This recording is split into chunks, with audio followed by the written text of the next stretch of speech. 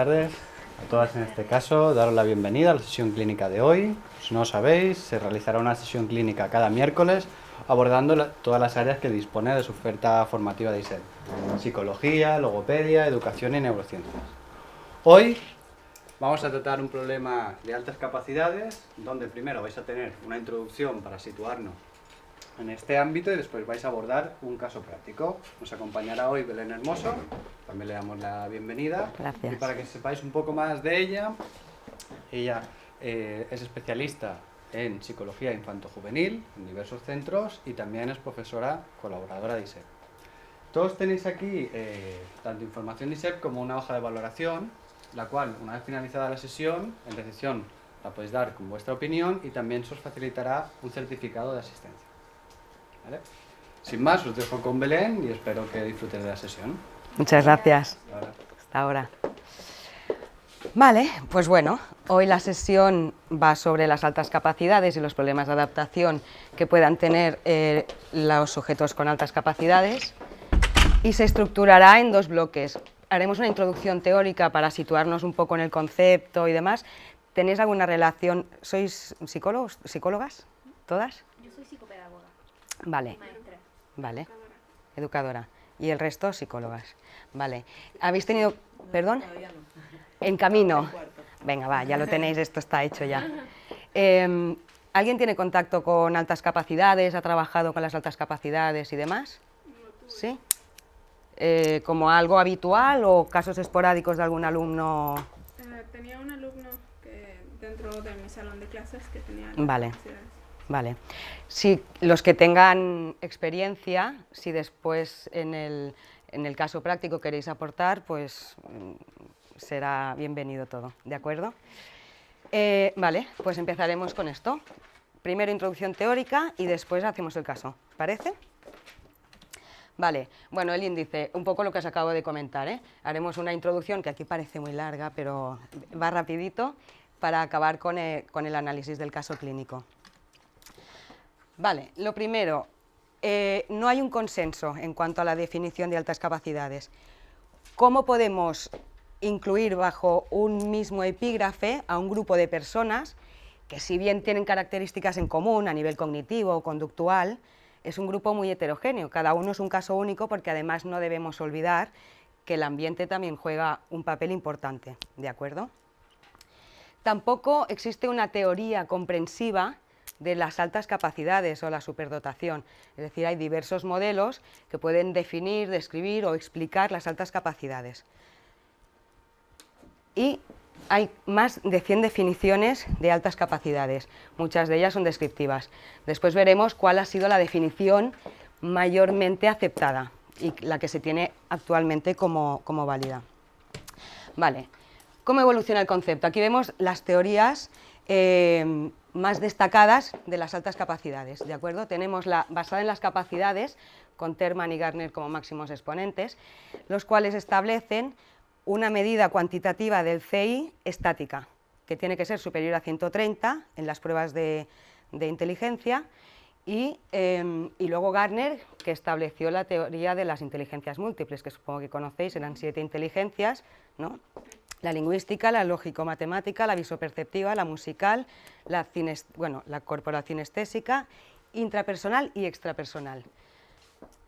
Renzulli, basadas en el rendimiento, teorías basadas en el rendimiento, establece la teoría de los 3 anillos y diferencia entre dos tipos de sujetos con altas capacidades: los sujetos con un CI alto y los sujetos con un CI alto que además tienen una alta creatividad y una alta motivación por la tarea. De ahí la teoría de los 3 anillos, o sea, convergen, ¿de acuerdo?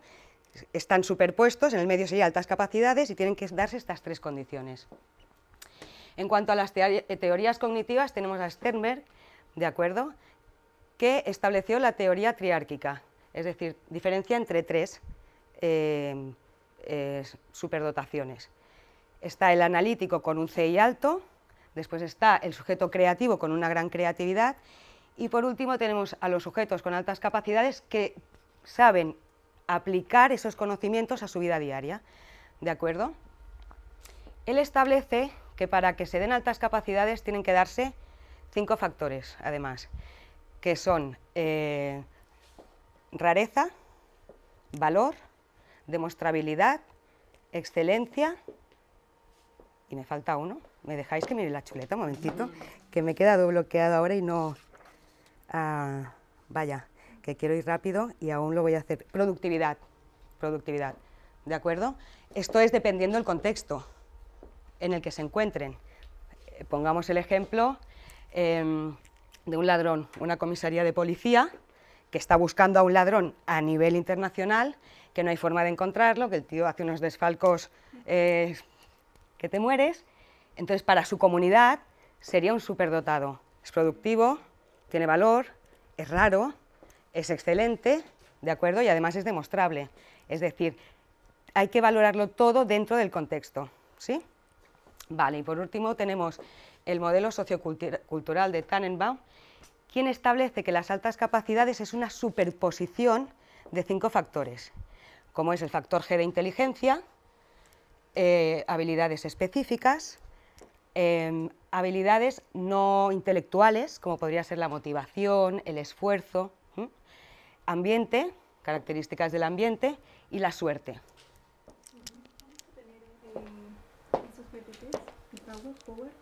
Sí, lo cuelgan, la sesión clínica se colgará en internet, o sea que esto lo podéis tener.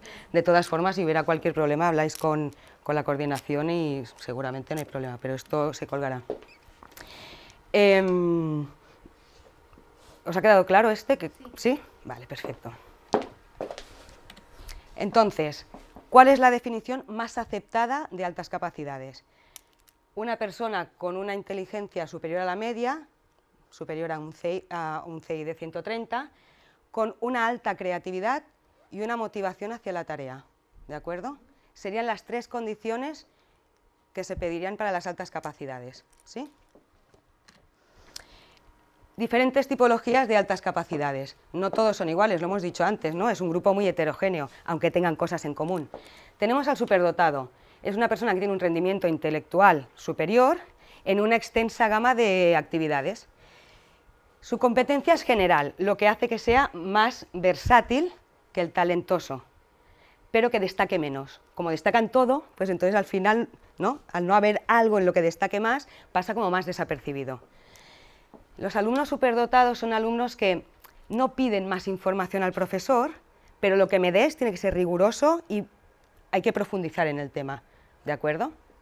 Luego tenemos el talentoso. Muestra habilidades excepcionales en materias concretas. Es más espectacular que el superdotado, destaca más, pero es menos versátil, porque se tienen que dar unas condiciones ambientales para que ese talento destaque, ¿de acuerdo? A lo mejor destaca yo qué sé, en música, pero en la clase de gimnasia no, entonces es menos versátil. Este tipo de alumnos no piden profundizar más, sino que piden más datos. Es al revés que el superdotado, ¿de acuerdo? Quiero más información, no me profundices mucho, pero dame más datos. Luego tenemos el precoz, que es una persona con una habilidad excepcional en materias concretas a una edad muy temprana. Por ejemplo, un niño que con 2 años sabe sumar, ¿de acuerdo? O leer. Es específica y prematura, porque esto a la larga se va igualando a su grupo de edad, con lo cual llega un momento que ya no destaca, ¿de acuerdo?, de su grupo. Prodigio, una persona que a corta edad, normalmente antes de los 10 años, realiza un producto, ¿de acuerdo?, que sería comparado con el rendimiento de un adulto. ¿Se os ocurre algún prodigio? Mozart, ¿sí? Genio. Hasta hace poco se consideraba genio la persona que tenía un CI de 180 o superior.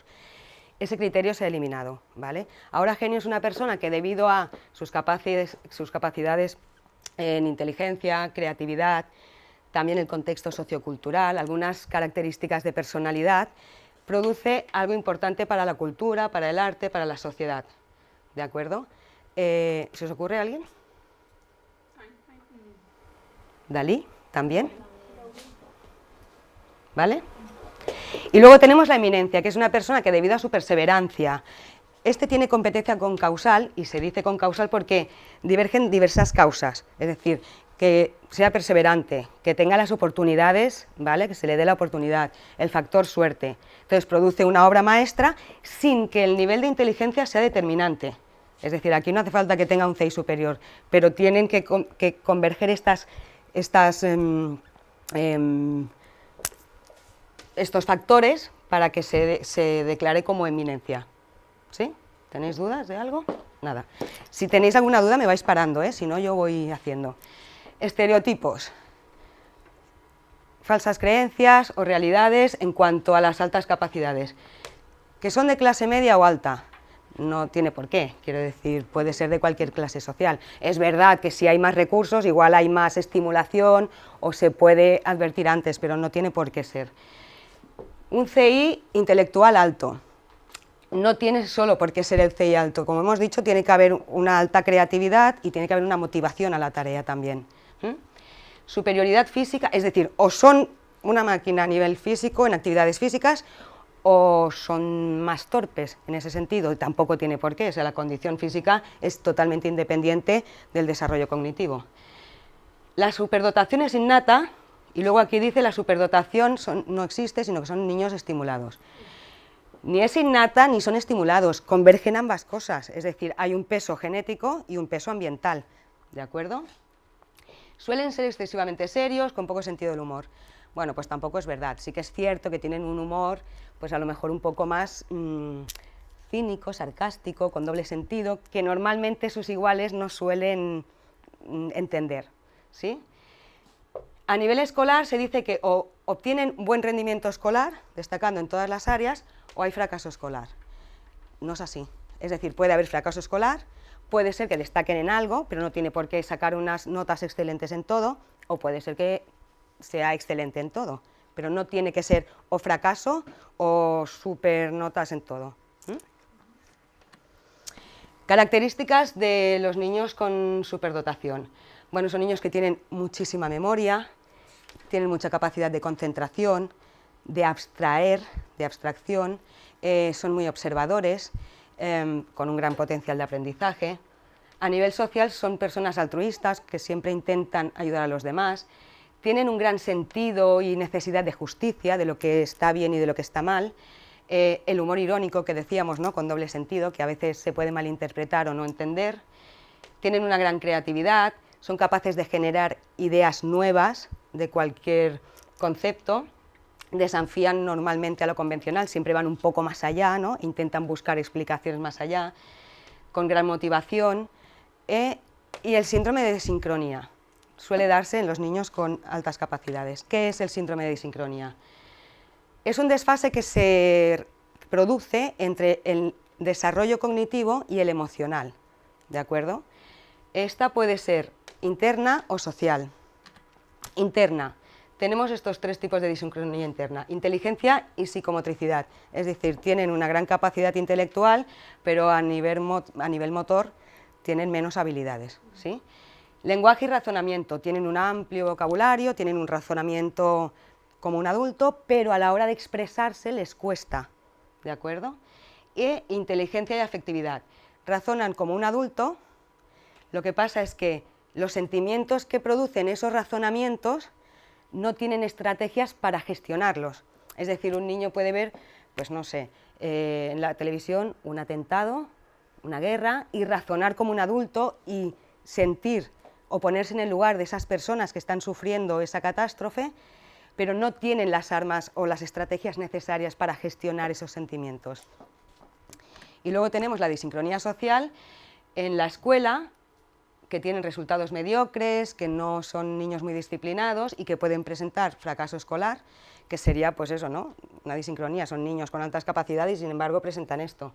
Y con los padres, que esto se da cuando los padres pues no detectan, o aunque lo detecten no estimulan esa precocidad, el talento o la superdotación.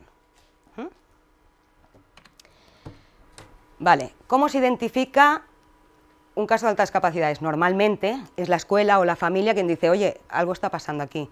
En la escuela, pues porque ven que el niño tiene buenos resultados o, bueno, que destaca de los compañeros, y en la familia porque muchas veces comparan, ¿no? Ostras, yo tengo un hijo mayor y estas cosas no las hacía con esta edad, y entonces empiezan a ver. es importante. La mayoría de casos de altas capacidades no se detectan, ¿de acuerdo? Y es importante fijar, a veces los padres tampoco les quieren dar más importancia porque es que no quiero que se lo crea porque si no, bueno, pero hay que mirarlo, identificar si realmente las hay y si hay que hacer algún tipo de intervención. Para ello, podemos observar cómo se comporta en el aula, con los amigos, en la familia.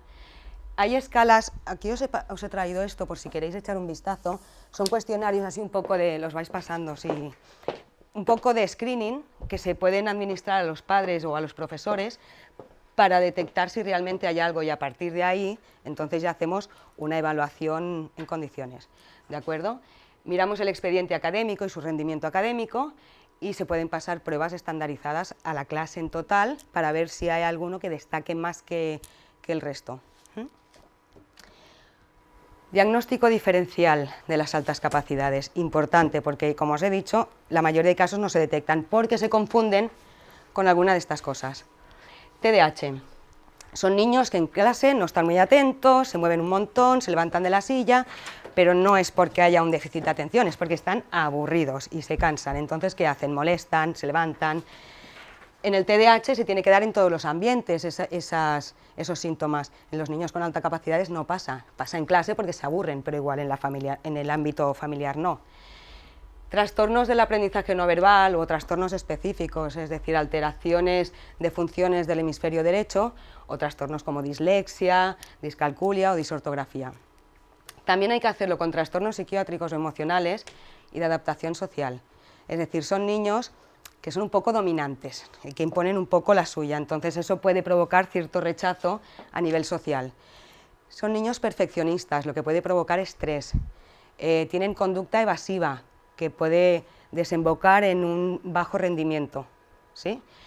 Y además son niños con gran autocrítica, que también puede provocar mucho trastorno de ansiedad o depresivos. Y luego trastornos de conducta, también porque son niños que suelen desafiar a todo el mundo, ¿vale? Entonces, con los trastornos de conducta que habría que hacer, el diagnóstico diferencial sería el oposicionista o negativista desafiante, ¿sí? Y el que hoy en día en el DSM-5 es trastorno de conducta, pero en el DSM-4 era trastorno disocial, ¿vale? Porque son gente que siempre se enfrentan a los demás, lo que hemos dicho antes, ¿no? Que siempre están buscando un poco más allá. Entonces esto es importante tenerlo en cuenta.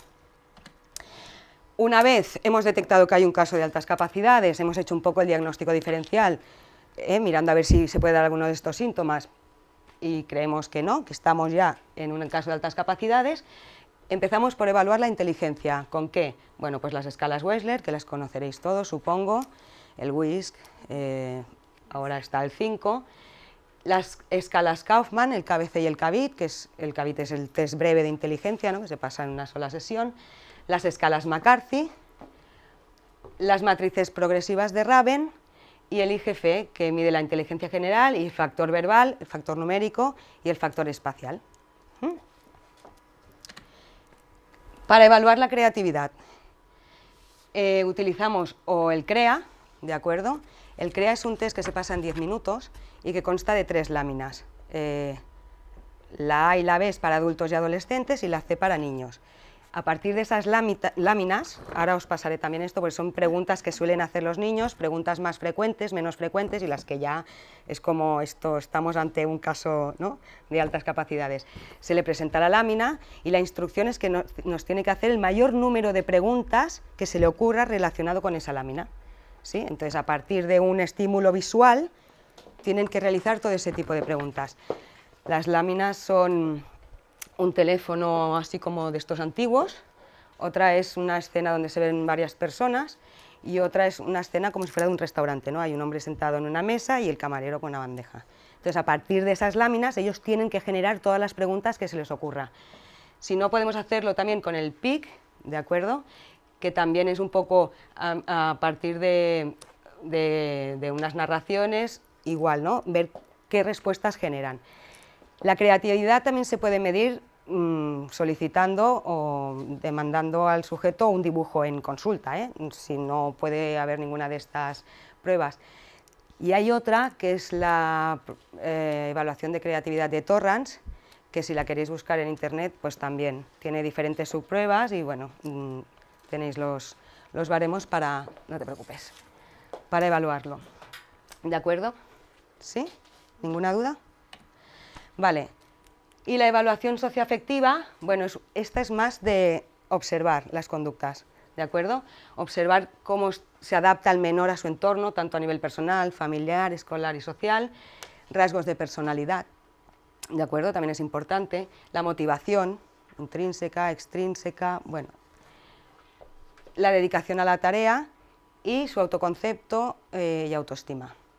Ya digo que esta es más de observación, se puede hacer por unos listados de cotejar conductas, pero es observación más que nada.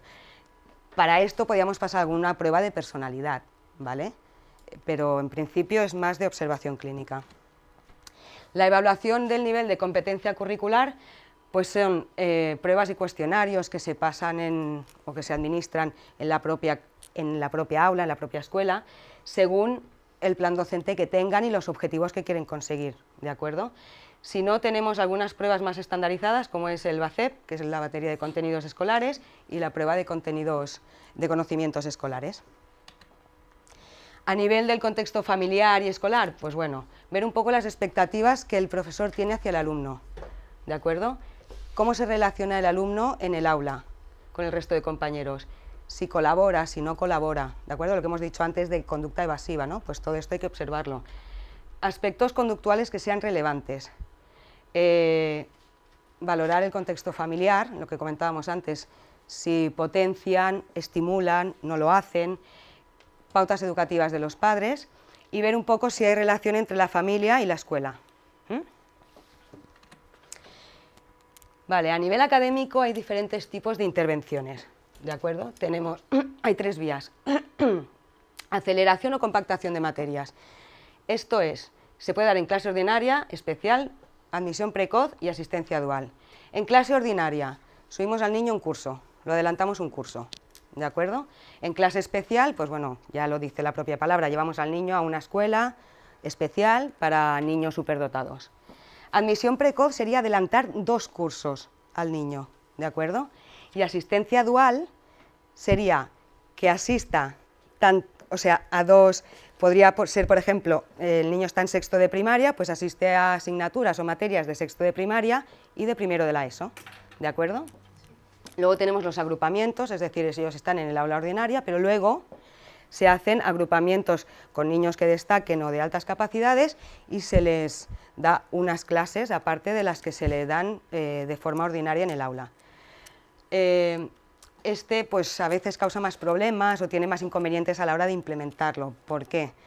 Porque a veces las escuelas no cuentan con esos recursos, necesitan un profesor que se quede después para dar esas clases a estos alumnos, entonces a veces cuesta más. Y enriquecimiento, es decir, el niño está en su clase, pero se le enriquece el currículum, se le aporta más materia de la que tienen el resto de compañeros, ¿sí? Hay diferentes programas para intervenir. Aquí tenemos el de inteligencia, que está basado en las inteligencias múltiples de Gardner, lo que comentábamos antes, y se trabajan diferentes aspectos, no sé si llegáis a leer, pero bueno, el primer tomo es un poco como instrucciones de cómo aplicar el programa. En el segundo tomo se aportan actividades y recursos para que se puedan trabajar estas inteligencias múltiples en el aula. Y el tercer tomo es un poco para evaluar, ¿vale?, cómo ha funcionado el programa y las capacidades cognitivas de los niños. Para la creatividad tenemos este programa de Esteban Sánchez Manzano.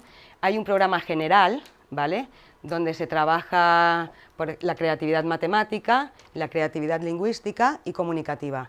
Y después hay un programa complementario donde se trabajan más temas culturales, informática, arte y pintura. Y después tenemos el programa de competencia social, en el que, bueno, se trabaja habilidades sociales, formación en valores, moral, ¿de acuerdo? Hay uno para educación primaria y otro para educación secundaria. ¿Tenéis dudas de lo que hemos explicado hasta ahora? Porque he ido un poco así rapidito para que nos dé tiempo de trabajar bien el caso y demás. ¿No hay dudas de nada? Vale, pues hemos llegado al caso. Entonces tenemos a Paul, un niño de 12 años que los padres acudieron a consulta porque su hijo presentaba, bueno, alteración conductual, no se relaciona bien con sus compañeros, tiene problemas para relacionarse en casa también, sobre todo con el padre. La madre era más permisiva, el padre era más directivo, entonces con el padre había ahí un choque de titanes. Se mostraba desafiante con todo el mundo, o sea, en la escuela el profesor, hablando con él, me decía, es que me deja en evidencia siempre, o sea, me pone siempre como entre la espada y la pared, y además todo lo que digo es como que me lo contradice, muy desafiante, tanto en casa como en la escuela. No acepta normas, confrontación a las normas totalmente, y había un descontrol de impulsos. Ya sabemos cuál es el diagnóstico, porque estamos hablando de un caso de altas capacidades, pero viendo esto, ¿vosotros por dónde iríais? Tú, un negativista desafiante. Por aquí habéis dicho TDAH. Sí, quizás un grado así bastante alto. También podría ser. ¿Alguien más hubiera dicho otra cosa, por ejemplo? No, yo igual por el trastorno de conducta. Exacto. Si vemos esto, pues lo que nos orienta es hacia un trastorno de conducta. Hay que decir que los padres, los dos profesores, no vieron nada. Nada. En la primera visita con el niño obviamente no quería venir, porque ¿qué me vas a decir tú a mí que yo no sepa? ¿Sabes? O sea, sí, era un poco... Y ya en aquello hablando con él antes de administrar ninguna prueba, simplemente, bueno, hablando un poco con él, haciendo una primera entrevista y demás, ¿no? Preguntándole por qué crees que estamos aquí, qué es lo que sucede, papá ha dicho esto, ¿tú qué opinas? Claro, ya la forma de hablar era como, ups, ¿sabes? Aquello que ya algo te estás imaginando. Y entonces se decidió pasar un whisk. Los padres, ambos profesores, no sé para qué le vas a pasar un whisk, que no tiene nada que ver con lo que presenta mi hijo. Ya, pero es que al hablar con él, algo, pero si los resultados son normales, puede destacar en algo, sí que es verdad que no estudia mucho y lo saca, pero los resultados son muy normales. Con todo y con eso dijimos, bueno, si nos dejáis, nosotros preferiríamos hacer un whisk. Administramos el whisk, CI de 138, o sea, potente. Entonces, a partir de aquí, variamos un poco, ¿no? Porque en principio todo nos dirigía a lo que hemos comentado antes, a nosotros, por ejemplo, a un trastorno de conducta, por la confrontación a las normas, por este oposicionismo por todo, no se relacionaba bien con los compañeros, es un niño que a la edad de 7 años, creo que comentó la madre, no jugaba con los compañeros en el recreo. Entonces la madre le dijo, bueno, ¿y por qué no juegas con tus compañeros? Dice, es que juegan a un estúpido juego con una pelota, o sea, una forma así tan redicha para un niño de 7 años, que claro, nos sorprende que realmente los padres, siendo profesores, no detectaran ya que pudiera haber algo. Ahí habría que ver lo que comentábamos antes, ¿no? Evaluar un poco las expectativas de la familia, si potencian, estimulan o no. También os lo he dicho antes, porque iba por esta familia, los padres no querían oír ni hablar de altas capacidades, porque, a ver, si el niño ya se lo tiene un poquito, ¿no?, subidito, solo hace falta que le digamos que tiene un CI de 138. Entonces, bueno, hubo ahí mucha, pero conseguimos pasarlo, vimos el CI de 138, entonces pasamos el CREA. El CREA ya os he dicho que son 10 minutos, se le enseñan las láminas y tiene que generar las preguntas. Los baremos son, creatividad baja es de 1 a 24, creatividad media es de 25 a 74, y creatividad alta es de 75 a 99. Dio creatividad alta, ¿de acuerdo? Pasamos estos dos también para hacer una evaluación así un poco más emocional. ¿Conocéis el CDI y el STAIC? ¿Todos? El CDI es un cuestionario de depresión infantil que además tiene dos vertientes, ¿no? O sea, se mide el total de depresión, pero se mide autoestima y disforia, ¿de acuerdo? Disforia no dio psicométricamente ni clínicamente significativo. Autoestima tampoco llegaba a ser significativo psicométricamente, pero sí que salió un poquito más elevada. Y el STAIC es un inventario de ansiedad, estado y rasgo, infantil, donde se miden los dos tipos de ansiedad, ¿no? Hay un primer bloque de preguntas que se mide la ansiedad-estado, que la ansiedad-estado es la de el momento, por ejemplo, que nos presentamos a un examen, al carnet de conducir, una entrevista de trabajo, es esa ansiedad de ese momento. Y la rasgo es la ansiedad como rasgo de personalidad, donde hay un bloque de preguntas que se le hacen preguntas sobre cómo funcionan en su vida normal diaria. Y después se le administró el TAMAI. El TAMAI es un test adaptativo que mide todas las áreas del entorno del menor, es decir, la adaptación personal, académica, social y familiar. A nivel... había autodesajuste personal, es decir, no sé muy bien qué está pasando, yo soy consciente de que no tengo amigos, me llevo mal con todo el mundo, hasta con los profesores, pero no sé qué, o sea, había sentimientos de autoculpa. A nivel escolar había inadaptación, aversión a las normas de la escuela, aversión a la institución, aversión al profesor, hipolaboriosidad, o sea, no tenía motivación, no le apetecía estudiar, él no tenía unos hábitos de estudio, todo y que sus resultados normalmente eran buenos.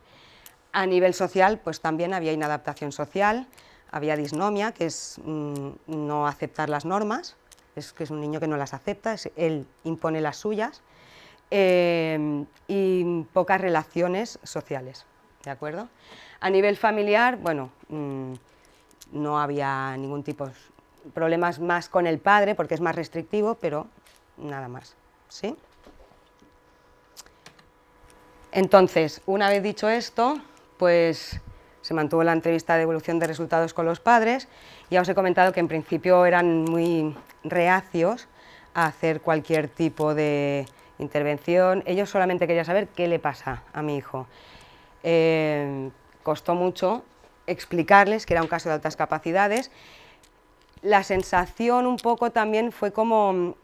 ellos se quedaron un poco como con un sentimiento de culpabilidad, en cierto modo, ¿no? Es decir, somos profesores y no nos hemos dado cuenta de esto, es decir, nosotros todo lo hemos achacado a que es un niño que es desafiante, que tiene un trastorno de conducta. Claro, el manejo en casa tampoco era el adecuado, entonces la sensación fue un poco esa también, ¿no? Intentamos tranquilizar a los padres en ese sentido y les dijimos que no tenían por qué sentirse así, porque de todas formas se nos puede escapar a cualquiera, y a veces en casa de herrero cuchillo de palo, ¿no? Pues esto pasó aquí. Entonces se procedió a implementar la intervención. En la escuela se hizo una adaptación curricular. Los padres no quisieron adelantar cursos a su hijo ni sacarlo del aula. Ellos convinieron que, bueno, preferían mantenerlo en su grupo, aunque no tuvieran muy buena relación, pero al final era su grupo, que además son niños que van desde casi P5 juntos y han ido subiendo en la escuela todos juntos. Entonces ellos pensaron que igual apartarlo de ahí podría ser más traumático para el niño, aunque las relaciones no es que fueran muy buenas. Entonces prefirieron mantenerlo en el aula. ¿Y qué tipo de intervención se puede aplicar si lo mantenemos en el aula? Pero ¿cómo? De las 3 vías que hemos dicho antes, ¿cuál sería? ¿O cuál podría ser? Me has pillado, no me acuerdo qué decías. Claro, exacto. Hemos dicho que había 3 vías, ¿no? Una que era sacarlo del aula, es decir, o hacer una asistencia dual, o adelantarlo 1 o 2 cursos, o llevarlo a una escuela de niños con altas capacidades. Luego había los agrupamientos. Esto tampoco les pareció bien, porque entonces dijeron que entonces el niño, si ya era un poquito, como ellos dijeron, pobrecito, bicho raro, si encima lo sacan y le dan como clases aparte y demás, todavía podría ser más marginado. Entonces optaron por que se quede en la clase, se le pone un poquito más de contenido en su currículum y en sus exámenes y ya está, ¿de acuerdo?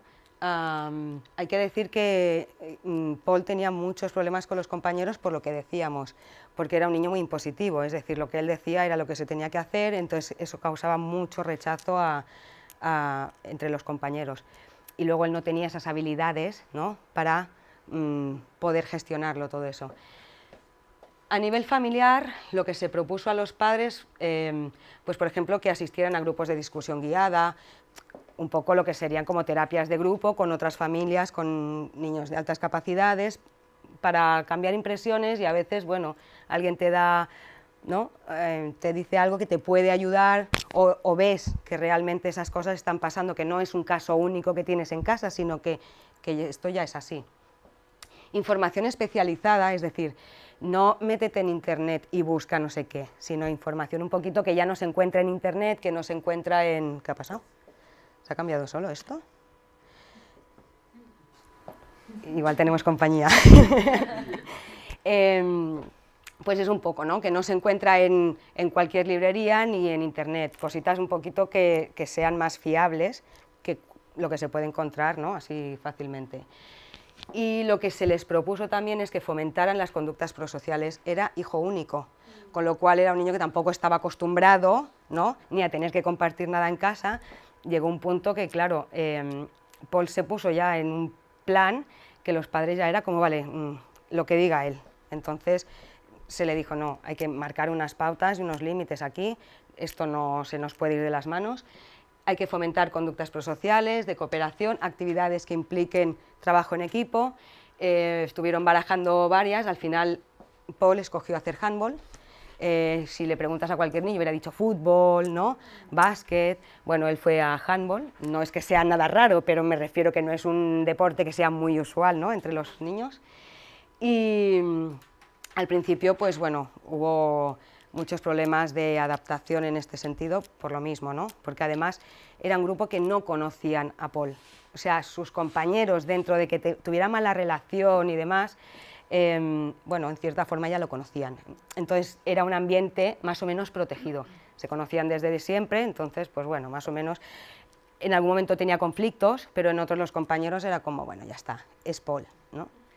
Claro, aquí no pasaba eso, aquí no lo conocían, con lo cual al principio Paul muchas veces dejaba de ir a handball por no enfrentarse, cada 2 por 3 llamadas del entrenador, oye, mira, ¿no? Hasta que porque los padres no quisieron decirle nada al entrenador, hasta que al final tuvieron que explicar. Sí, es que estaban un poco cerrados al tema de las altas capacidades. Yo creo que al final lo aceptaron porque fuimos ahí, ¿conocéis la técnica del disco rayado? La técnica de conducta, que estamos ahí, pues un poco tuvimos que utilizar eso con los padres para que de verdad, o sea, hay que hacer algo con este niño porque ya veis todos los problemas que está teniendo. O sea, ya no solamente en casa, es que en la escuela tiene problemas, a nivel de rendimiento no tiene problemas, tiene, bueno, las calificaciones son buenas, pero es que no lo veis, no estudia, es un niño que se tiene que poner a estudiar y es como, madre mía, ¿no? Para él es un sobreesfuerzo.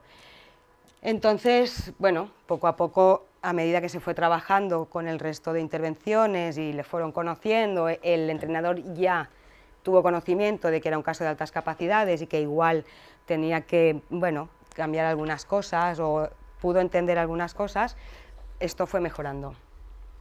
En la escuela se aplicó el programa de competencia social que os he comentado antes, donde se trabajan habilidades cognitivas, crecimiento moral y habilidades sociales, ¿de acuerdo? Y luego desde la consulta se trabajaba también, bueno, pues este control de impulsos, se trabajaban a la vez también un poco las habilidades sociales, que en principio era lo que más nos preocupaba, porque bueno, a nivel académico, pues sí se hizo una intervención, pero si no se hubiera hecho, pues bueno, más o menos, no era un caso de altas capacidades con fracaso escolar, sino que él iba haciendo, ¿de acuerdo? Y se estuvo trabajando la autorregulación de la conducta, las habilidades sociales, se trabajó un poquito autoestima, ese concepto de autocrítica que tenía, porque él sabía que no estaba haciendo las cosas muy bien, entonces empezó ya, además el hecho de tener que venir a consulta para él fue como un castigo, al principio lo llevó muy mal, entonces un poco a nivel emocional como que se vino un poquito abajo, hasta que, porque igual que los padres no dijeron al entrenador, al niño tampoco se lo dijeron en un principio. No quisieron decirle que era un niño superdotado. Omitieron. Simplemente dijeron que vendría, que le harían algunas cosas diferentes en la escuela por cómo se comportaba. Como tenía 12 años, coló un poco, ¿no? Y aunque él tenía sus dudas, y al final un día en consulta pues él lo dijo, no sé si se había informado o no, igual había buscado información, y entonces al final le dijimos, es que se lo tendréis que decir. Ya trabajaremos para que no se nos suba más, pero habrá que decírselo, porque es que si no, es un niño que tiene buenas capacidades, no va a entender muy bien qué estamos haciendo y por qué estos cambios en la escuela.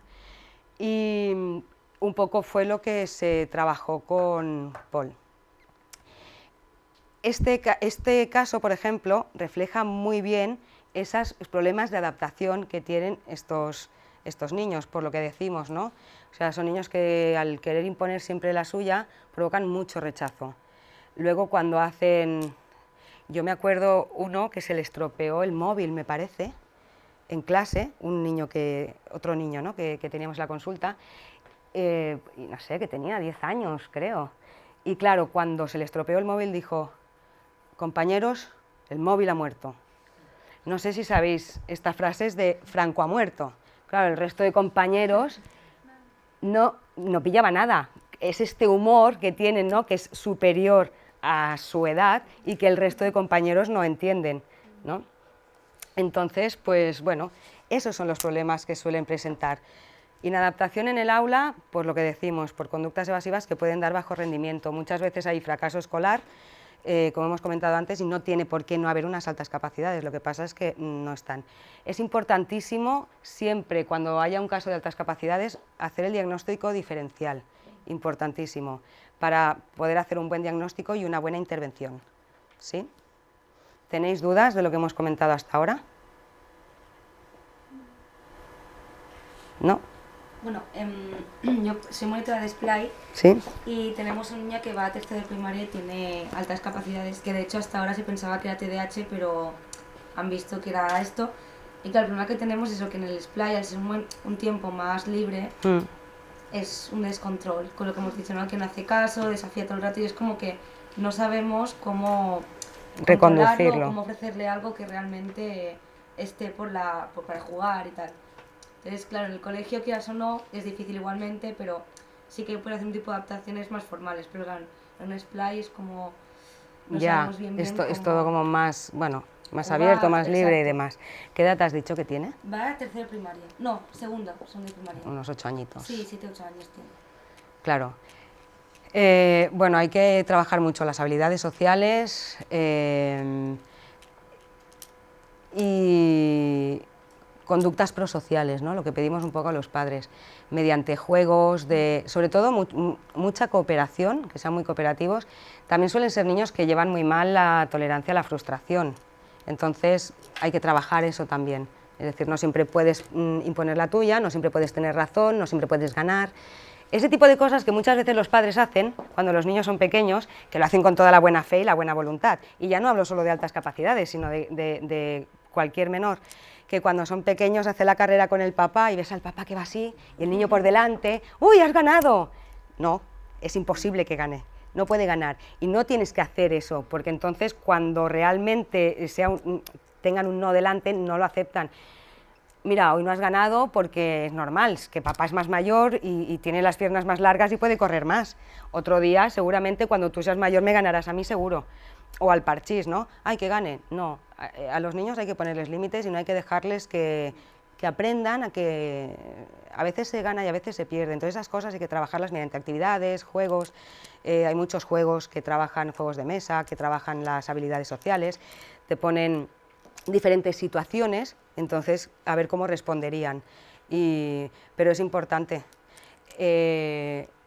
Esto lo tienes en el Splay, pero no sabes porque tú no estás en la escuela, ¿no? No. Esto es en el Splay, vale, no era para ver un poco qué adaptación habían hecho, si habían hecho algo o no. Perdona una pregunta, ¿qué es el Splay? Es como un casal donde se juntan niños y se diferencian por edades y hacemos juegos con ellos, o sea, es más libre. Sí, estas cosas normalmente se hacen los sábados por la tarde y entonces se juntan a niños por edades, pero es una actividad de ocio. A los padres ya les va bien dejarlos allí, que a veces son 2 o 3 horitas, y a ellos les va bien. Muchas veces son casi los mismos compañeros del cole, porque van todos, sobre todo en poblaciones que son más pequeñas. Aquí en un Barcelona, por ejemplo, es más difícil que igual lleguen a coincidir, pero tienen otro grupo social y ahí lo que se hacen son actividades lúdicas. Se suelen trabajar también mucho los valores, ¿no? Pero es más en un ambiente lúdico, de juego, luego, pues bueno... Hablaste de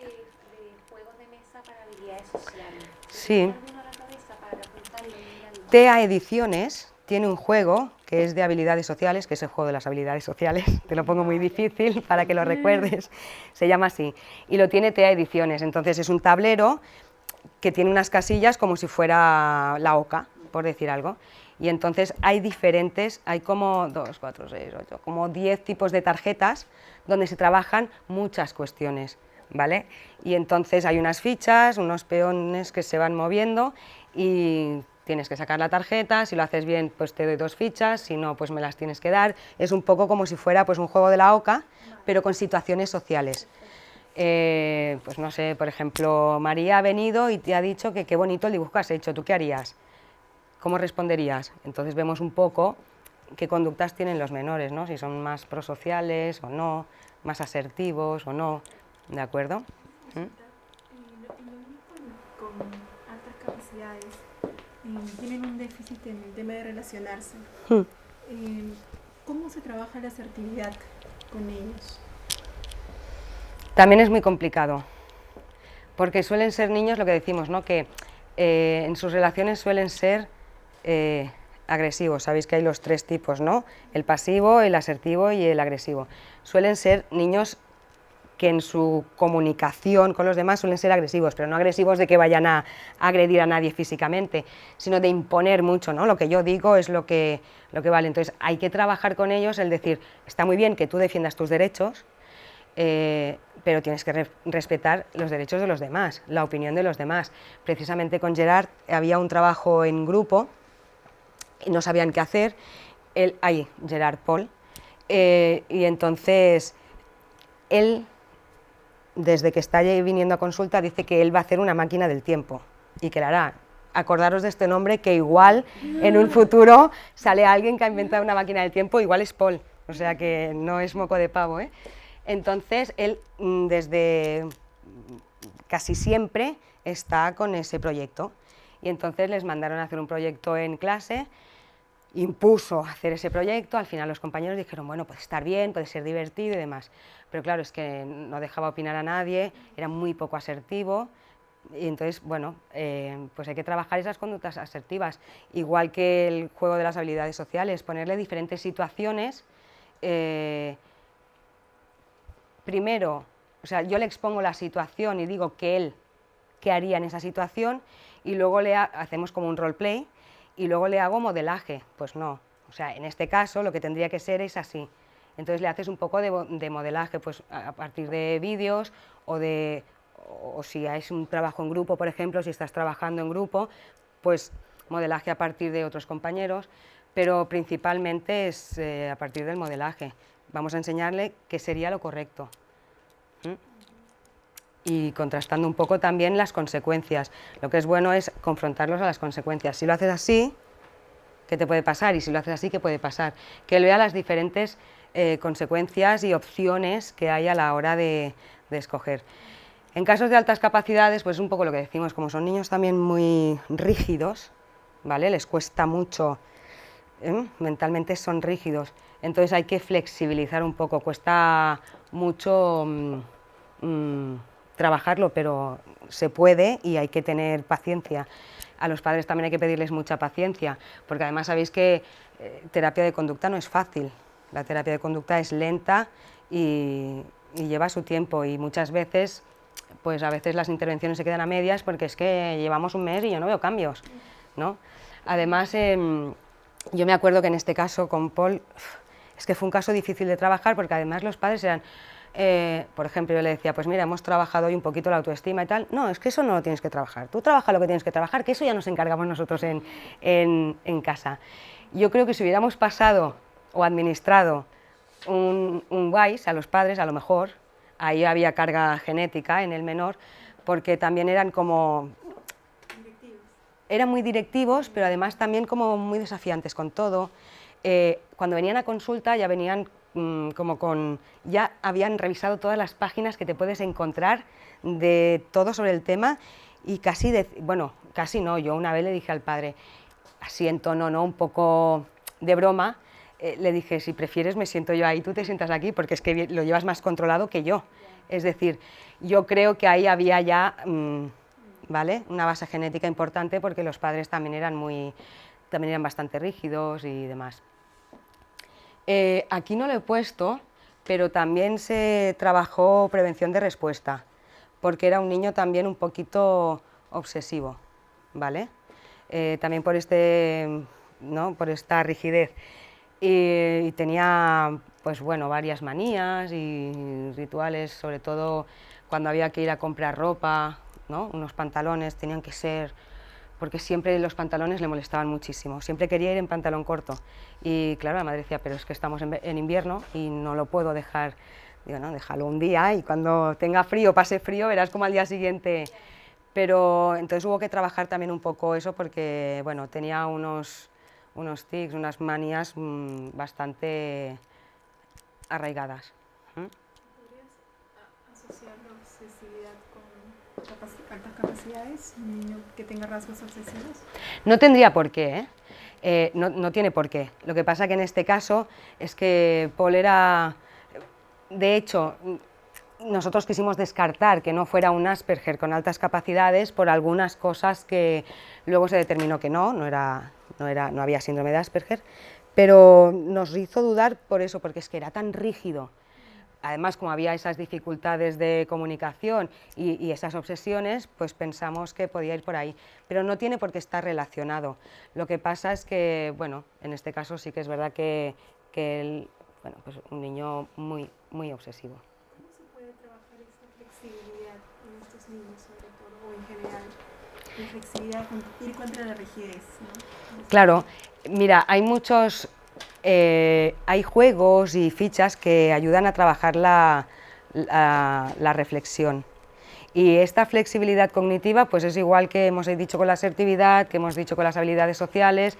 Tienes que presentar situaciones y, bueno, pues a través del modelaje, mediante vídeos, juegos, pero es importantísimo porque si es un niño que es muy rígido, ya te cuesta de por sí cambiar ciertas conductas o ciertos hábitos, ya viene un poco negado a la consulta. Si no trabajamos esa rigidez, entonces con él estuvimos tiempo, ¿eh? Me consta que este se seguía manteniendo y creo que seguían manteniéndolo también. A nivel de autorregulación de la conducta y demás, se le dio el alta, quiere decir que ya no hacíamos intervención.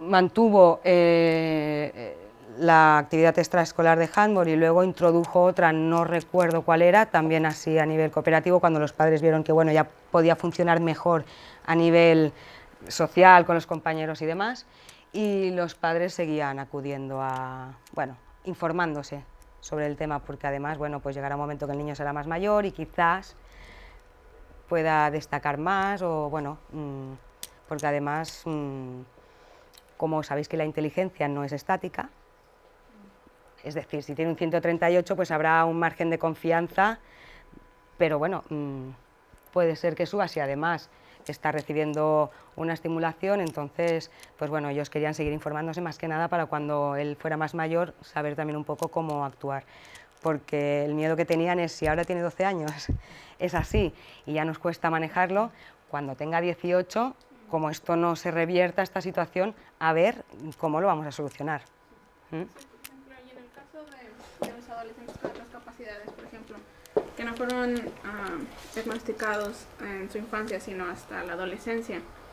Lo digo porque soy maestra secundaria y mi caso fue en la adolescencia. Es un poco diferente porque era negativa, desafiante, pero hacia su familia. En el ámbito escolar era muy cooperativo. O sea, no había problemas de conducta en el ámbito escolar, pero dentro de casa era muy, muy desafiante hacia sus padres. Entonces por eso tal vez no se dieron cuenta, o porque en lo que era la escuela era social. Es cierto que no se llevaba muy bien con todos y tenía su círculo social muy, muy limitado. O sea, eran 2 muchachos y nada más, no aceptaba a nadie más, pero no tenía problemas para relacionarse. O sea, si había trabajos en equipo los hacía, Vale. no se quejaba. Pero fuera de la escuela solamente con dos únicos muchachos. Entonces, en ese tipo de casos, ¿qué es lo más aconsejable, por así decirlo? Claro, porque, a ver, No tiene por qué ser excluyente. Puede ser que estuviera, no sé si chico se le hizo una evaluación, Sí, si sí, tuviste le acceso a la diagnosticó, evaluación, sí. se le diagnosticó altas capacidades, no trastorno negativista y demás. No. Ya veis que el problema de adaptación no tiene por qué ser en todos los ámbitos. Aquí a nivel social, en principio, bien. Bueno, no sé, porque solamente se relacionaba con dos compañeros. O sea, le hablaba con todos, o sea, hablaba con todos, se relacionaba con todos, no tenía problemas con ninguno, pero para, por ejemplo, salir o jugar o X cosa, solamente con dos, pero en sí no tenía ningún problema con todos sus demás compañeros. O sea, si alguien se acercaba a hablar con él y le hablaba, platicaba normal. Es cierto que sí tenía un humor irónico y tenía doble sentido más. Que también es típico un poco, ¿no? Sí, el humor sí, yo como adulta sí lo captaba, pero sus demás compañeros sí se quedaban sin saber qué estaba pasando. Pero sí, o sea, no tenía problemas de relacionarse con el salón. Trabajaba bien en equipo. ¿Y los padres refirieron desde cuándo había esa alteración conductual? Si esto había sido siempre o más de una parte, ¿sabes? De un tiempo fue de un tiempo o sea, sí fue a partir creo de quinto de primaria que empezó a mostrar este desde quinto de primaria. Y cuando me dices adolescente, ¿qué edad me estás diciendo? Tercero de la ESO. Y desde quinto de primaria hasta tercero de la ESO, sobre la conducta, o sea, sobre esa conducta no se hizo ninguna intervención, ¿sabes? En los padres creyeron que era por el cambio por esto de la adolescencia y ese tipo de cosas. Pero Vale, quinto de primaria son 10 años, ¿no? Sí, la adolescencia sería muy precoz adolescente. Sí que es verdad que ahora hay la preadolescencia, que empiezan a los 11, 12, lo que antes era a los 16, ahora es antes, porque cada vez se va adelantando. Según lo que hablé con los padres fue que fue mostrando conducta negativista, desafiante gradualmente. Bueno, cuando el problema se da en casa, es que en casa hacen falta límites. Es decir, este niño puede tener altas capacidades, pero no sé cómo eran o cómo serán las pautas educativas que utilizaban los padres. Cuando hay una alteración de conducta y esa alteración solo se da en casa, es que el problema está en casa. Entonces, lo que hay que hacer, hay que trabajar con él, sobre todo ciertas conductas que puedan ser así como más impulsivas, porque el negativista desafiante, pues a veces es esos golpes, trabajar ese tipo de conductas, pero hay que trabajar con los padres. Es decir, hay que poner unas pautas, hay que poner unas normas, unos límites que hay que cumplir sí o sí. Ahora es un problema, se puede y se debe trabajar, pero claro, si empezamos en quinto, que el niño tiene 10 años, aún lo puedo manejar, y empezamos a marcarle lo que se puede y no se puede hacer, y entonces hay consecuencias, porque si lo que haces está bien tendrás consecuencias positivas, y si lo que haces está mal, pues tendrás consecuencias negativas, que me gusta más decir consecuencias que castigos, porque parece que queda mejor, ¿no? Pero claro, ya tercero de la ESO son 12, 13, 14 años, 14, 15 años. Ahora tú ponte a un adolescente de 15 años, que son así, que lo tienes que mirar para arriba, márcale unos límites, unas pautas, que no se te enfrenten, porque claro, es que ya no es solamente que puedan resultar agresivos verbalmente, yo no digo que a nivel físico te vayan a agredir, pero es que claro, ya la corpulencia que tienen es, ahora como castigo yo a este chico, Sí, la ¿no? madre era básicamente eso, que ya no podía... Muy permisiva. No era permisiva, o sea, ponía los límites, pero al chico ya no le importaba. Claro, pero hay que poner los límites, pero ese límite hay que llevarlo al final. Sí, no los respetaba. Es decir, hoy no sales con tus amigos. Es que quiero salir, no, hoy no sales. Hoy no toca, pues por lo que sea, por el motivo que sea, pues porque ha suspendido, no sé, por la consecuencia de una conducta que haya habido antes. Si él se muestra tal o da un portazo, se va a su habitación y dices, ay, madre mía, ¿cómo tengo que aguantar yo esta hora que se vaya? Entonces, si dices no, mantenemos ese no hasta el final. Si pensamos que vamos a decir sí, digamos sí desde el principio. Y busquemos otra consecuencia, ¿de acuerdo? Porque es que entonces, si muchos niños llegan a la consulta y te dicen, es igual, sí, al final nunca pasa nada, siempre me dicen que me van a quitar la Play y al final no me la quitan.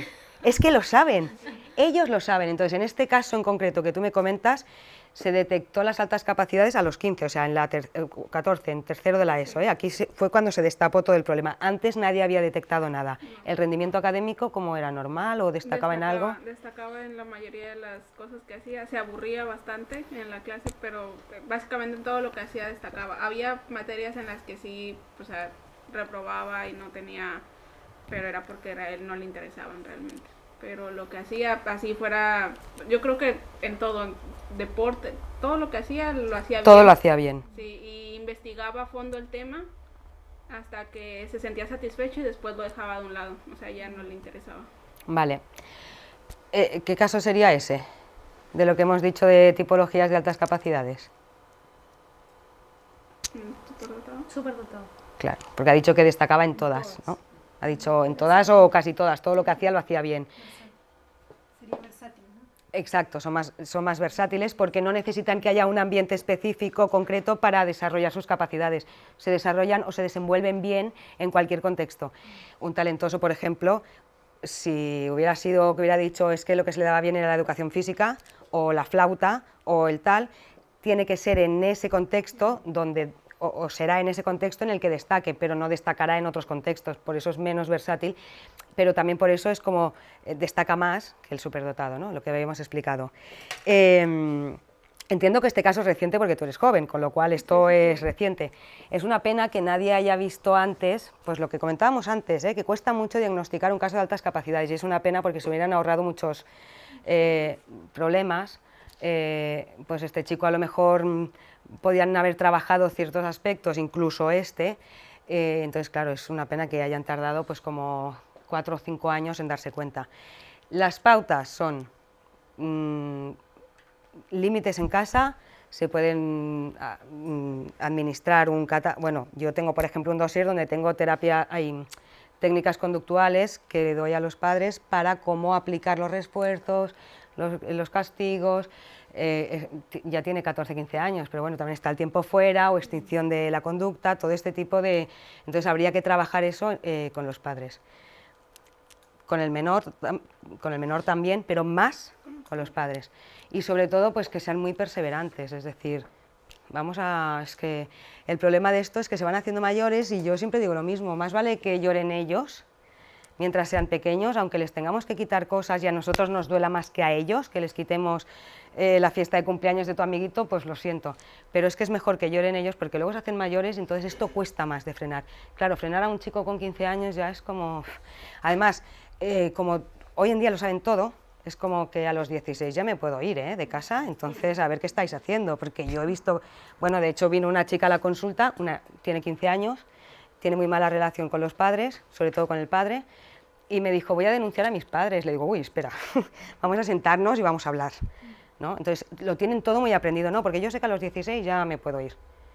Entonces, claro, empezar a intervenir con este chico va a tener lo suyo, pero hay que hacerlo. No sé qué está recibiendo ahora en el aula, en la escuela se le ha hecho alguna adaptación. La verdad no sé, es un caso de México, entonces... Vale, entonces no tienes el seguimiento, no sabemos en qué punto está. Bueno, pues esperamos y deseamos que hayan podido hacerlo lo que sea más beneficioso para él. ¿Tú también habías tenido algún contacto con las altas capacidades? ¿Quieres exponer tu experiencia? Bueno, yo trabajé en un centro donde habían niños con distintas discapacidades. Entre ellas, bueno, este niño ahora tiene ya es grande, tiene 16 años, acaba de entrar a la universidad. Con 16 años, ¿eh? Aquí, aquí, ¿esto qué sería? Esta vía. La de adelantar, no me acuerdo el nombre, pero de adelantar los cursos. ¿Y cómo se llamaba? ¿Admisión precoz? Exacto. Esta sería la precoz, porque han sido 2 cursos, normalmente en la universidad con los 18, ¿no? Cuando sales de bachillerato. Aquí ha habido, pues sí, han escogido la vía de... Exacto, vale. Y bueno, él estudia matemáticas.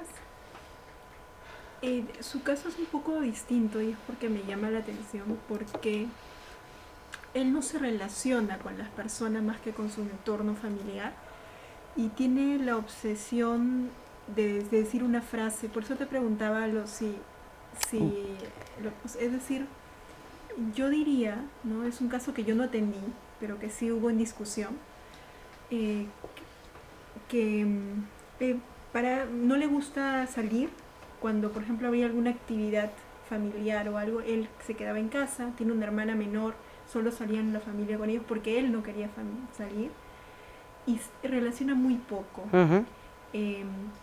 No conversaba con nadie, si le preguntas respondía y después y de pronto de la nada decía la frase estar es bueno, estar era su perrito y decía estar es bueno. Y es una frase que la ha mantenido como una obsesión. 16 años. 16 Esto lo decía con 16 años. ¿Sí? Imaginaos el caso, o sea, un chaval o un chico que le han adelantado 2 cursos, es decir, con 16 años entra a la universidad y de repente te dice Star, que es su perro, es bueno. ¿Cómo os quedáis? Hay 2 cosas.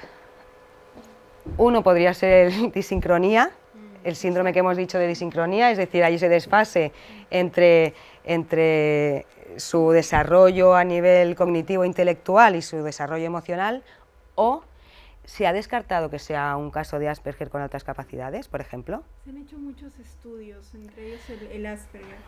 Y no... Pero sí, la relación es muy poca con otras personas. Sí, claro, Yo lo he visto. se relaciona poco, ni siquiera en el ámbito familiar, cuando hay reuniones familiares no va. Tiene esta frase que además, por lo visto, es repetitiva, ¿no? Es algo que dice además cuando no corresponde, exacto, cuando no viene a cuento, que decimos aquí, ¿no? Va y la suelta.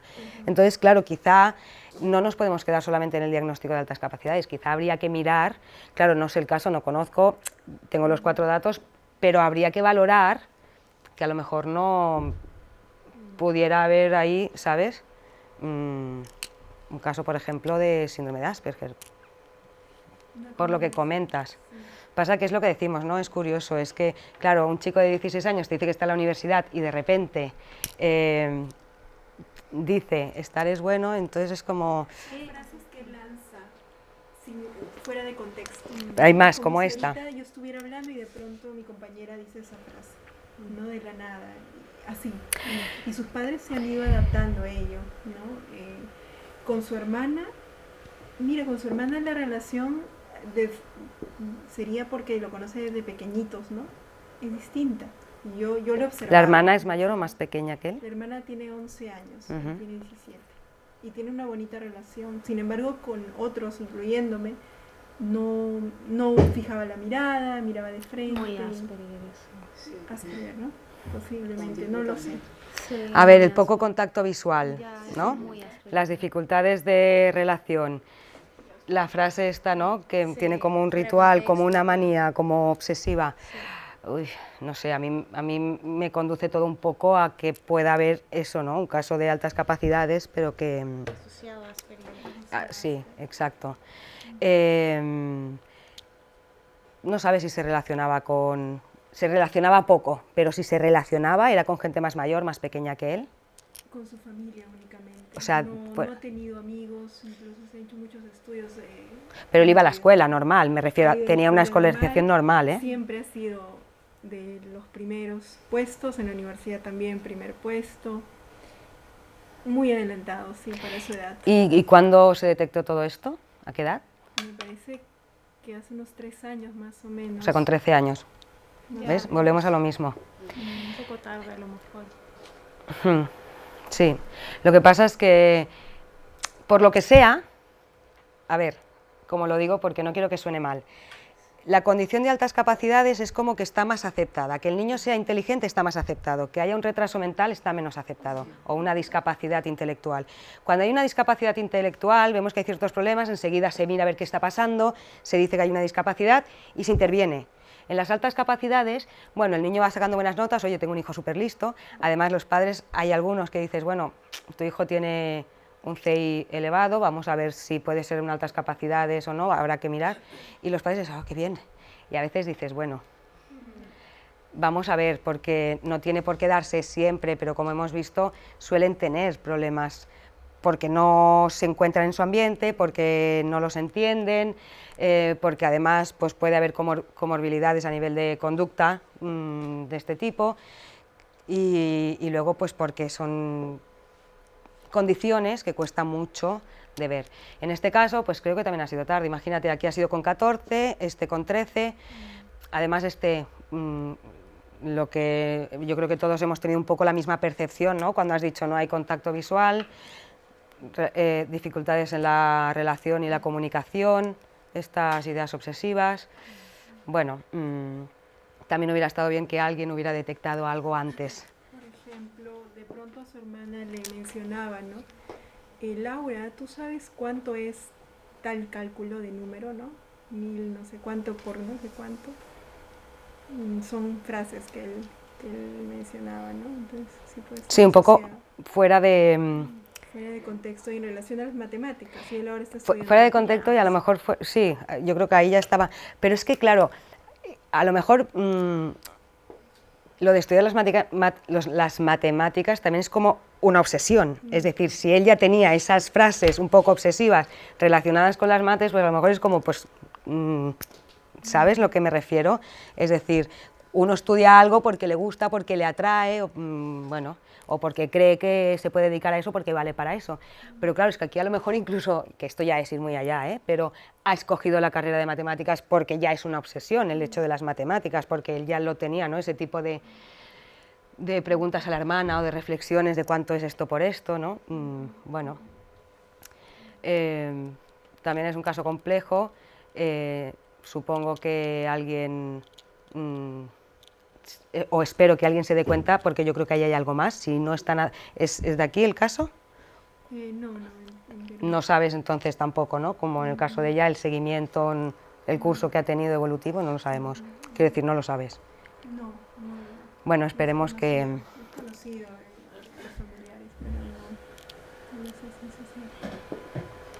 Justo una duda que me surge antes de que dijera eso, ¿cómo, o sea, en qué cambiará la intervención si te aparece un caso que sea autismo o Asperger con altas capacidades? Bueno, en principio lo que habría que trabajar son todos los déficits que tiene a nivel de habilidades sociales. Es decir, eso sería lo principal.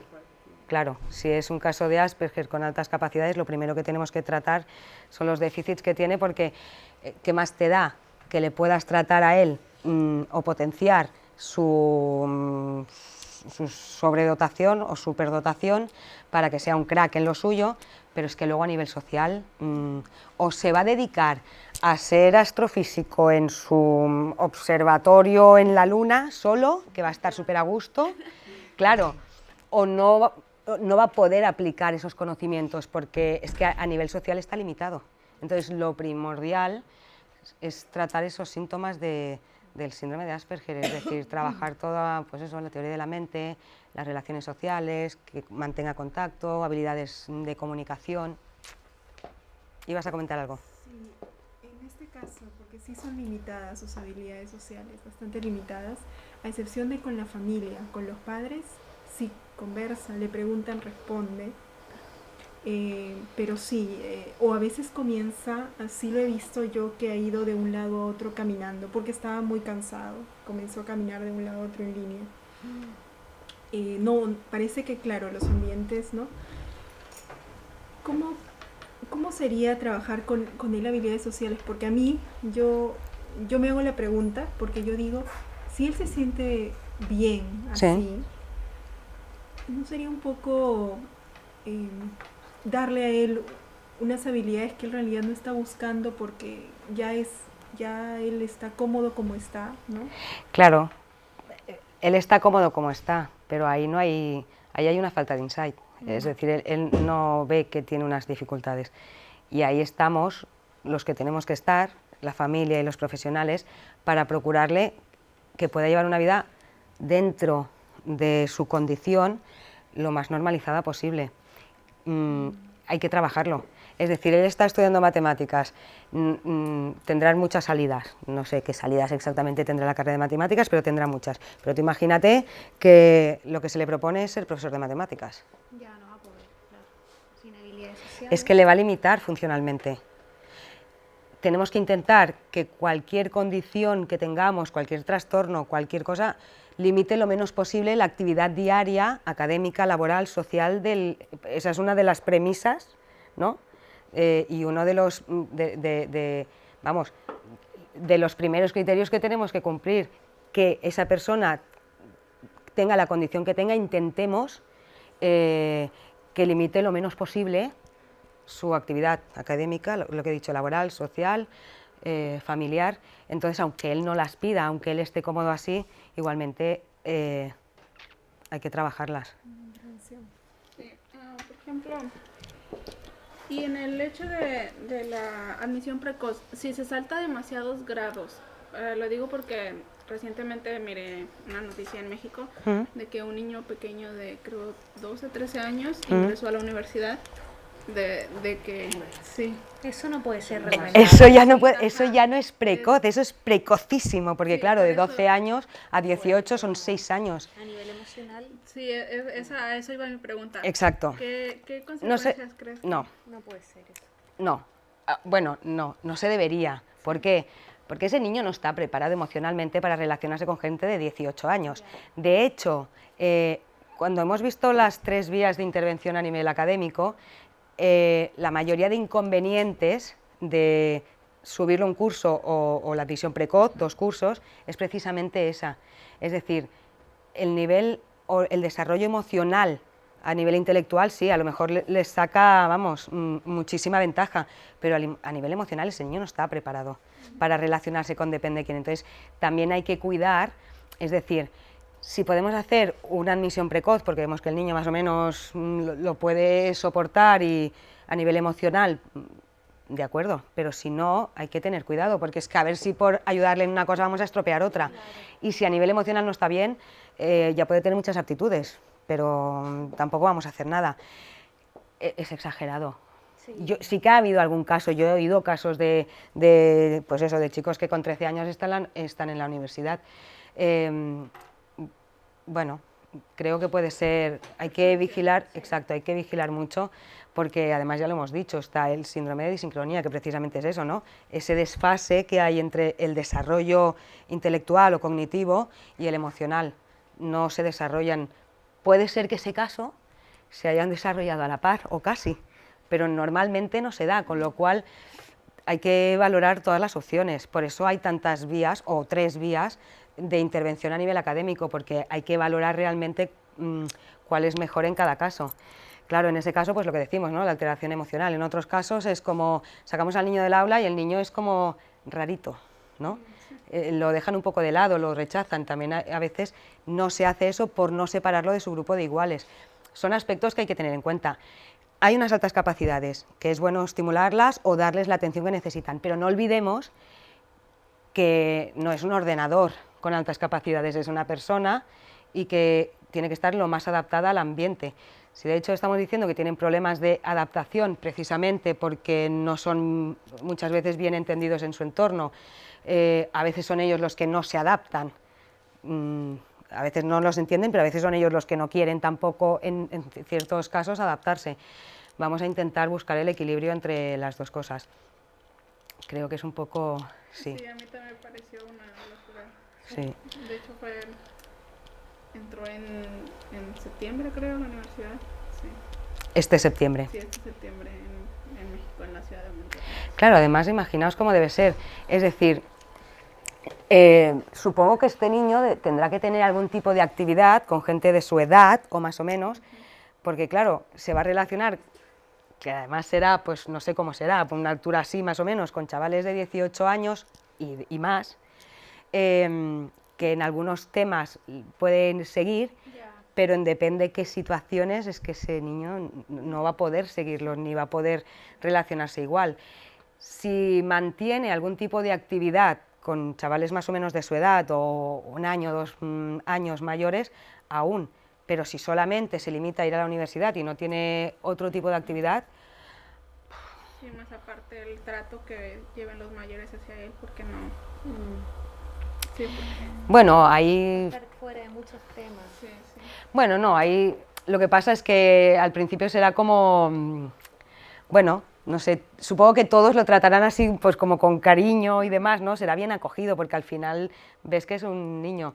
Luego hay el típico que es como este va a hacer la competencia y entonces pueden surgir los celos, ¿no? pero no, en principio se supone que al verlo tan pequeño el trato que le van a dispensar será, yo creo que correcto, vamos, espero y deseo que sea así también. Pero bueno, no sé, creo que debería mantener, si no lo hacen, algún tipo de contacto con niños más de su edad, por lo menos, por lo que decimos, ¿no? Para que se pueda ir desarrollando emocionalmente también como debería, como su curso evolutivo normal, ¿no? Dentro de su condición de altas capacidades. Más dudas, algo que hayamos comentado. ¿Hay algún tipo de criterio a nivel de intervención? Un criterio a seguir, si cumple tal, hacemos esto, ¿no? No, miras un poco qué es lo que más puede beneficiar. Vale. No es que haya un criterio de decir, a ver, este niño, como tiene un CI de 140, ya lo vamos a... No, ves un poco... Valorar pros y contras. Exacto, valoras un poco los pros, los contras, si realmente ves que es un niño que va muy por encima de su curso, que realmente no va a sacar provecho, pues bueno, se puede hacer lo de adelantarlo un curso. Aunque a veces se valora también, porque a lo mejor a nivel social tiene buenas relaciones, entonces también hay que valorar si ya le va a ir bien que lo saquemos de su grupo y lo apartemos, porque es lo mismo, ¿no? Igual vamos a ayudarle y vamos a potenciar o estimular sus capacidades, pero el hecho de separarlo de su grupo a nivel emocional le va a afectar. Entonces no hay un criterio establecido de si se dan estas condiciones vamos a hacer esto, es un poco a criterio del profesional, bueno, pues entre el neuropsicólogo, la escuela, hacer decidir, hacer la toma de decisiones. Aquí también hablan los padres. En este caso de Paul, los padres dijeron, no se adelantan, un CI 138 es un buen CI. Y entonces se le propuso adelantar un curso y ellos dijeron que no, que aunque la relación con sus compañeros no fuera muy buena, por lo menos lo conocían y en cierto modo estaba preservado o protegido. ¿Sabes? Estaba en un ambiente para él un poco más, sí, para él era como, bueno, pues un ambiente más tranquilo. Exacto, conocido. Pero no es que exista así un criterio exclusivo de que se den estas condiciones, vas para aquí, si se dan estas, vas para allá. A veces también van un poco en criterio de los recursos que tenga la escuela, ¿eh? Si hablamos de la adaptación académica, lo que decíamos con los agrupamientos. Los agrupamientos, pues está bien, o sea, el niño está en clase, hacen sus clases, pero luego tú y tú os venís conmigo que vamos a hacer una clase extra, porque sois de altas capacidades. Pero ¿eso qué significa? Que esa escuela tiene que tener más recursos para poder hacer esa clase, un aula disponible, un profesor disponible, que muchas veces o no está disponible, o la escuela no se puede permitir pagar a un profesor externo que venga para hacer eso. Entonces, un poco también las vías que se escogen de adaptación a nivel académico, de intervención a nivel académico, van un poco también relacionadas con los recursos que disponga la escuela y que los criterios que ellos quieran imponer en ese sentido también. Tened en cuenta que las altas capacidades todavía es un tema que está... ¿vale? No se ha hecho mucha intervención. De hecho, cuando tienes un caso de altas capacidades y hablas con la escuela y, oye, pues a ver, una adaptación curricular, mandadnos un protocolo. Como no tenéis protocolos en la escuela, claro, muchas escuelas no tienen. Bueno, de hecho, muchas escuelas no tienen ni protocolos para intervenir en TDAH, dislexia y demás. O sea, te lo piden, oye, prepárame uno. Imaginaos en altas capacidades, que es un tema que todavía está... en sus inicios, podemos decir. Ya habéis visto, o sea, todavía no hay una teoría que nos diga exactamente, o que nos hable o que nos explique las altas capacidades. De definiciones ya habéis visto, o sea, hay más de 100 definiciones del concepto. Al final se ha escogido esa porque, bueno, es la que se ha visto que más descriptiva, más describe a los sujetos con altas capacidades, ¿no?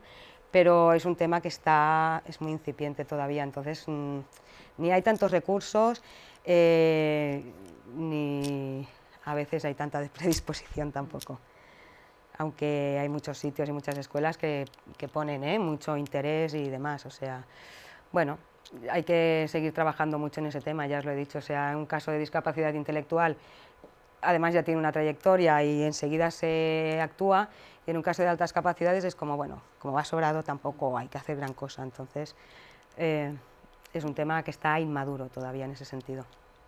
Emocionalmente también se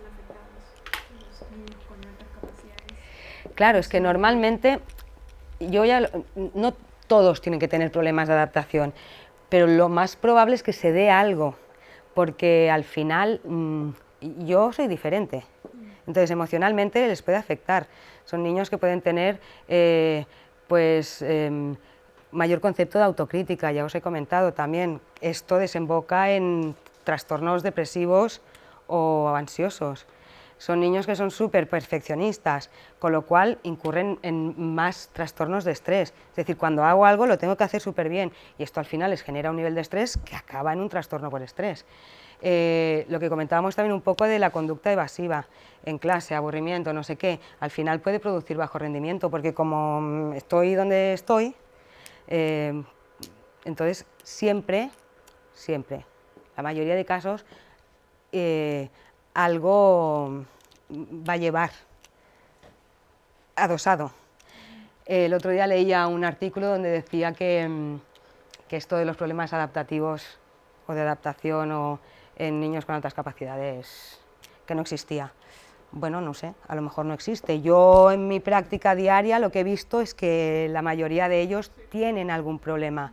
Si no es con los compañeros, es pues lo que decimos a nivel académico, que se acomodan, ¿no? Como decimos aquí, se cuelgan un poco, no trabajan, pero siempre hemos visto algo, entonces, no sé, habrá que seguir profundizando si realmente esto es una casuística, es decir, es la casualidad que el niño con altas capacidades presenta este tipo de problemas o realmente hay una relación. Yo entiendo que hay una relación, pero por lo que yo he estudiado y por lo que he visto en la práctica, o sea, ¿sí? ¿Algo más? ¿No? Pues sois una máquina, porque son las 8:30 en punto. A mí me han dicho las 8:30 acabamos, ya habéis ido. De verdad, o sea, si tenéis dudas o algo podemos resolverlas. Si no, aquí en ISEP podéis pedir el mail, no hay ningún problema y aclaramos dudas. Esto, ya digo, se colgará en internet, con lo cual podéis recuperar el vídeo y el PowerPoint, no hay ningún problema. En el caso de que lo quisierais especialmente, habláis con la coordinación, si ellos dan el visto bueno, por mí no hay ningún problema, yo lo mando, pero ellos me tienen que dar el permiso, ¿sí? Espero que haya quedado todo, dentro de que lo hemos hecho así todo muy rápido, sobre todo la teoría ha ido ahí muy rápida, que os haya quedado más o menos los conceptos claros, dentro de lo que os digo, que es un tema que todavía le queda mucho recorrido, ¿sí? Gracias a vosotras por venir. Os deseo mucha suerte, que acabéis prontito y al resto pues mucha suerte en vuestra andadura profesional, ¿sí? Gracias a vosotras. ¡Ay, que me vais a sacar los colores!